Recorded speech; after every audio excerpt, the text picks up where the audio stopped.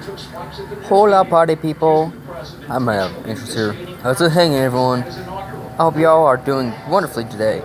Wonderfully. I want to thank you all for the outpouring of love and support on my last chapter.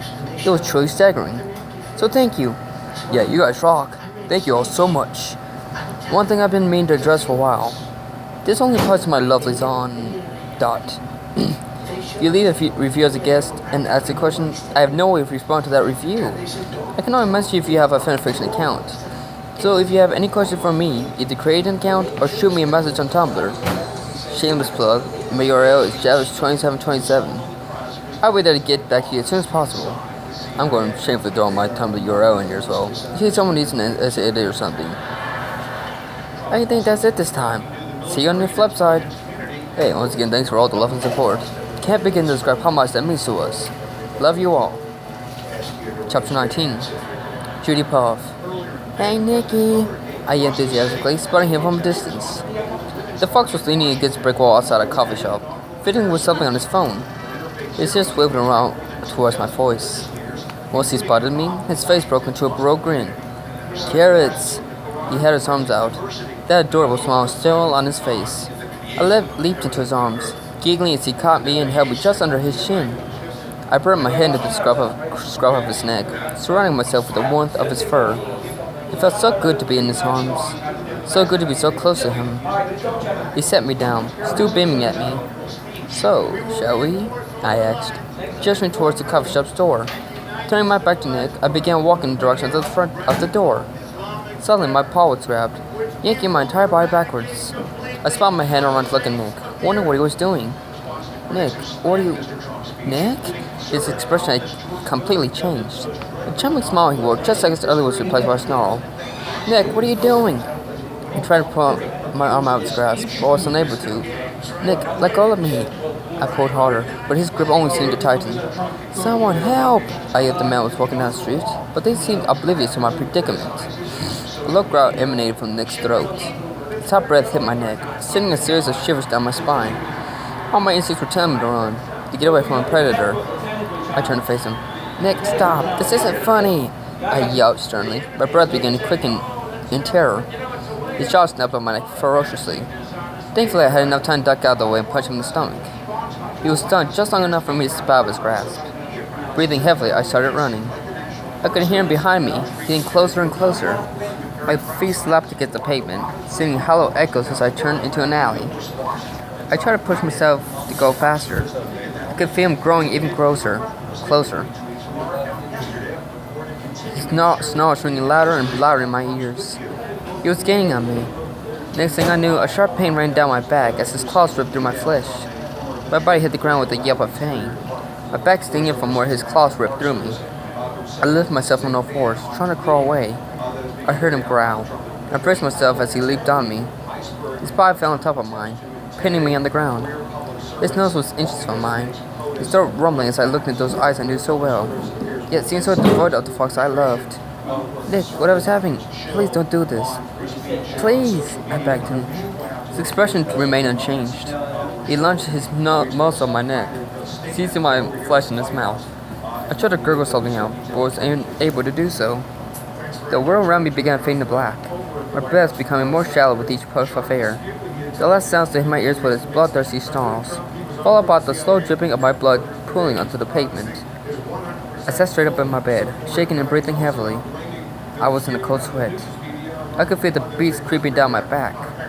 I placed my head in my trembling paws, trying to forget the nightmare as the images of Nick flashed in front of my eyes. I could feel the tears starting to come as I sat helpless in my bed, still shaking. It was not the first time I experienced recently. They were all similar, and all ended the same way. They had occurred for about a week now ever since Nick did what he did. I haven't seen him much since then, given the excuse that I've been working extremely hard lately. I could tell that he didn't believe me, but didn't want to pressure me into seeing him. God damn it, that fox knew me too well.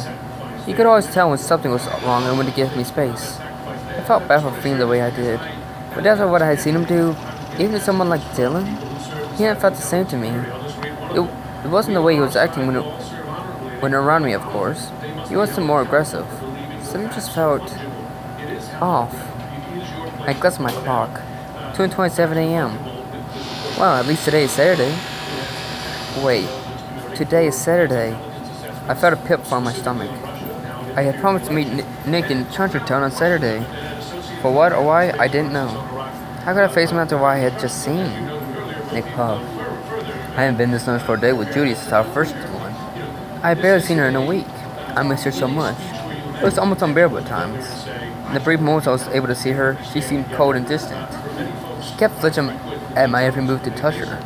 I hadn't so much as hugged her in the span of a week. I couldn't totally blame her. I could only imagine what it'd be like to be in her shoes, see me attacked in the way I did. However, shouldn't she trust me a little bit more? She knows me better than anyone. She knows I would never do something like that to her. Right? I considered it. Of course, I never actually told Jude that I wouldn't do anything to hurt her. Mostly because I felt like that would be stating the obvious. I haven't made any aggressive moves towards her, except in the museum, but that was all just pretend. So what was it? Was it the simply biology of our species? Or maybe she just needs more time? Maybe that was it. It might be a mistake to ask her on a date this early. I pulled out my phone, opened up a conversation with Judy. Hey Judes, listen, if you're still too busy with work or something, we don't have to go out today. Almost immediately, I received a reply back. Nah, it's fine. It'll be good to take some time off. Meet you same time, same place? I smiled a bit. Maybe she had gone over it? Sounds good. Love you. I included about 20 kiss emojis after that. No response. The smile disappeared from my face. Why did she not reply? I'm overthinking this. I muttered to myself, sliding my phone back into my pocket. As much as I tried to convince myself that, I still felt anxious. I took a deep breath and pushed myself on the edge of my bed to a standing position. I buttoned myself up in a scarf and heavy jacket. My fur did an alright job of keeping me warm, but just a simple t-shirt and pants weren't going to cut it. I headed out of my apartment, traveling to a flower shop. I picked up an assortment of purple and light blue orchids, and drove to the center of Chunchertown, where I was to meet Judy. Judy puffed. I sat in my car, parked on the side of the road. I could see the center of Chunchertown from there. A large roundabout with a giant Christmas tree in the middle. As soon as the holiday was quickly approaching, it towered over the entire community. Its bright light visible from even downtown Zootopia. Standing underneath the tree was Nick. He hadn't seen me yet, but it wouldn't be long before he noticed I was here. I had to admit, he looked extremely handsome. A thick black coat adorned his body, large buttons running up his right side. A forest green scarf was wrapped around his neck, which complemented his eyes beautifully, even from this distance. A black beanie laid on his head, his reddish-brown ears sticking out of the hat. His fleece pants were long and black, rustling slightly in the soft breeze. He looked extremely cozy and cute. In his right paw, I could see he was holding what seemed like a bouquet of flowers, but I couldn't tell what kind. He seemed to be nervous, shifting his weight from foot to foot, his eyes focused on the ground. And there I was in my car, wondering if I should even go and meet him. When he had sent me that text this morning, it was my perfect way out. At the time, I didn't want to make it seem obvious that I didn't want to see him. Now that I was here looking at him, I wasn't thinking about the fun we could have, or how adorable he looked. The only thing I could think about was Dylan. I replayed the scene of Nick and taking him over and over again, unable to get it out of my head. I rested my head against the steering wheel, closing my eyes. I couldn't do this. Not right now. It'd be better if I just left. I'm locking my window, sent my head turned back from surprise. I had the back of my head against the seat, sending a shock of pain through my skull. Rubbing my head and wincing, I looked over my window to see Nick standing there, smiling nervously. I shook my head to clear the pain, opened the door next to the car. Sorry I started you, Judes. You alright? He asked, giving me a sheepish look. No, it's fine. I said softly, still rubbing the back of my head. I'm fine. Aw, come on, let me see. He started to pull me in for a hug, and my heart started beating a million times faster. I held my paws up, pushing it back from me. Really, Nick, I'm fine. No need to check, I said quickly. Maybe a little too quickly. I laughed nervously, trying to avoid the pain look in his eyes. So, what are we doing? Well, first, these are for you. He stuck out his right paw, extending the bouquet to me. The flowers were stunning, my favorite shades of purple and blue. I took them hesitantly, a shiver running down my back as my paw grazed his. I held them close to my chest, inhaling the sweet perfume deeply. Thanks, Nick, I mumbled, keeping my eyes on the flowers. As for what we were doing, I thought we'd get some hot chocolate and just talk. I nodded, still trying to avoid his gaze. There's a nice little coffee shop just across the street. Maybe we could go there? I nodded again, not noticing it already started walking towards the coffee shop. You coming, Hobbs? I snapped out of my trance, looking at Nick.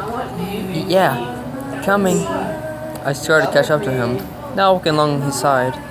I made sure I was on his left side so I would have a good excuse not to hold his paw. We crossed the street and near to the coffee shop. Our eyes immediately fell on us. At this point, I had gone over people staring at us, but now it felt different. It was almost as if I sympathized with them, like I didn't want to see us together either. No. What was I thinking? I didn't even want to imagine Nick's reaction if he heard me say those words.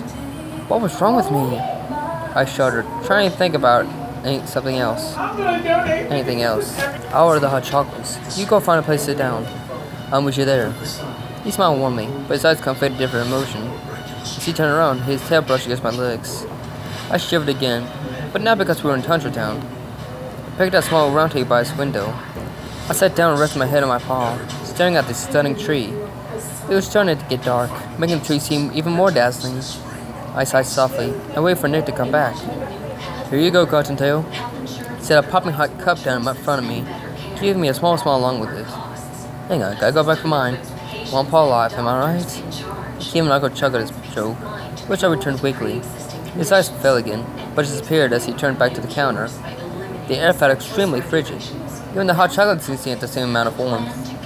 He tried back to the counter, picking up another cup.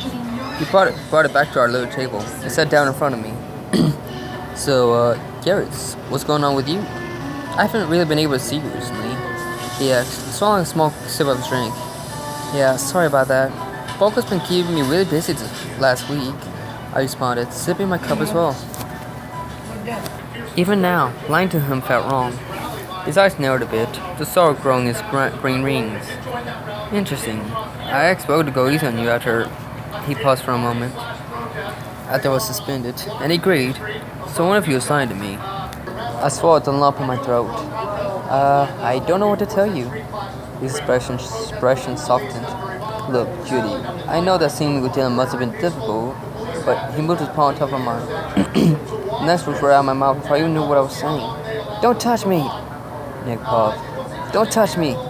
The words cut through my heart like a hot knife through butter. I jerked her paw away, holding it in her other paw as if I had infected it. Her voice rang loud and clear throughout the cafe, and now every animal was staring at us again. I looked back at her in confusion and anger, hot tears stinging in my eyes. She looked shocked, even at her own words. Her mouth was shaven and eyes wide. Nick, no, I didn't mean it. Hey, Fox, what's going on over here? Polar Bear started fending towards us counting his face. You harassing her?